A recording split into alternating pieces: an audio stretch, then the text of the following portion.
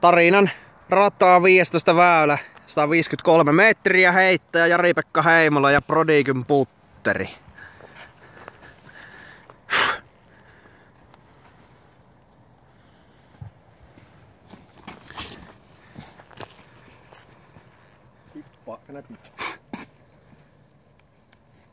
Sinne meni lepikko.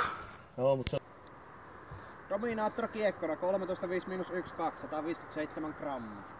edelleen tarinakori 15. Korkealta lähtee.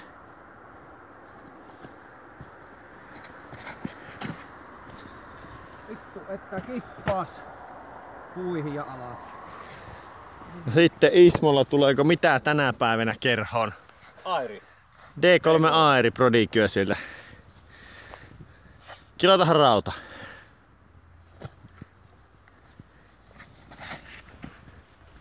Liian korkea. Eikä.